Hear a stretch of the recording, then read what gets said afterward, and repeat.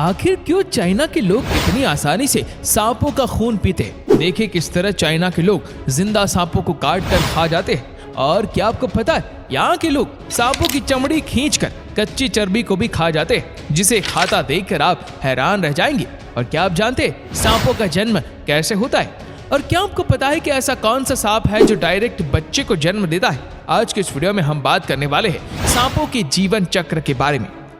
दोस्तों, सांप एक रेंगने वाला जीव होता है जिसके पास पैर नहीं होते और दुनिया के सभी हिस्सों में पाए जाते हैं। और अगर बात करें इनकी प्रजाति की, तो इस दुनिया में इनकी लगभग 3000 प्रजातियां पाई जाती है, जिसमें 600 से भी ज्यादा प्रजातियां जहरीली होती है, जिनमें रसेल वाइपर भारत के सबसे खतरनाक सांपों में से एक है, जिसका जहर खून को जमा देता है।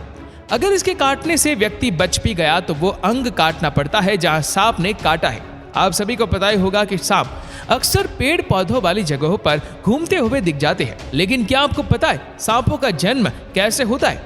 दोस्तों, इस प्रक्रिया में सबसे पहले नर और मादा का मिलन होता है, जैसा कि आप देख सकते हैं, और इनका ये मिलन कुछ मिनटों का होता है। तो जैसे इनके मिलन की प्रक्रिया पूरी हो जाती है, उसके 50 से 60 दिनों बाद मादा अंडे देने की अवस्था में आ जाती है, और इस दौरान ये अपने अंडे देने के लिए एक सुरक्षित स्थान की खोज करती है ताकि कोई दूसरा जीव इसके अंडों को नुकसान ना पहुंचाए। तो जैसे ही इसे कोई सुरक्षित स्थान मिल जाता है, उसके बाद ये अंडे देना शुरू करती है। जैसा कि आप देख सकते हैं, ये मादा सांप एक बार में 10 से 15 अंडे दे देती है। दोस्तों, आपको बता दूं कि इस दुनिया में सांपों की कुछ ऐसी प्रजातियां भी पाई जाती है, जैसे कि रसेल वाइपर प्रजाति के सांप अंडे नहीं देते, बल्कि ये सीधे बच्चों को जन्म देते हैं। और कुछ प्रजातियां ऐसी भी है जो बिना मिलन के ही अंडे देने में सक्षम होती है। तो जैसे ही सारे अंडे दे देती है, उसके बाद उन्हें हैच होने में लगभग 40 दिनों का समय लगता है। और इस दौरान ये मादा अपने अंडों की खास सुरक्षा करती है, और वो भी तब तक जब तक इन अंडों से बच्चे बाहर ना निकल जाए।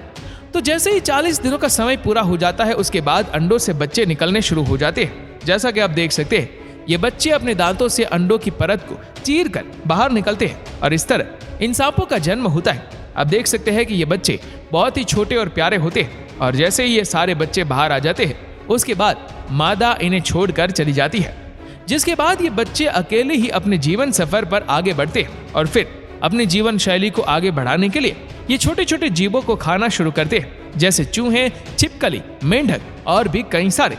और इसी बीच ये 2 से 3 बार अपनी त्वचा को भी बदलते रहते हैं, और इस तरह ये 2 से 4 सालों में पूरी तरह से वयस्क हो जाते हैं, जिसके बाद ये फिर से मिलन कर अपने जीवन चक्र की प्रक्रिया शुरू करते हैं। और अगर बात करें इनके जीवन काल की, तो इनका जीवन काल 10 से 15 वर्षों का होता है।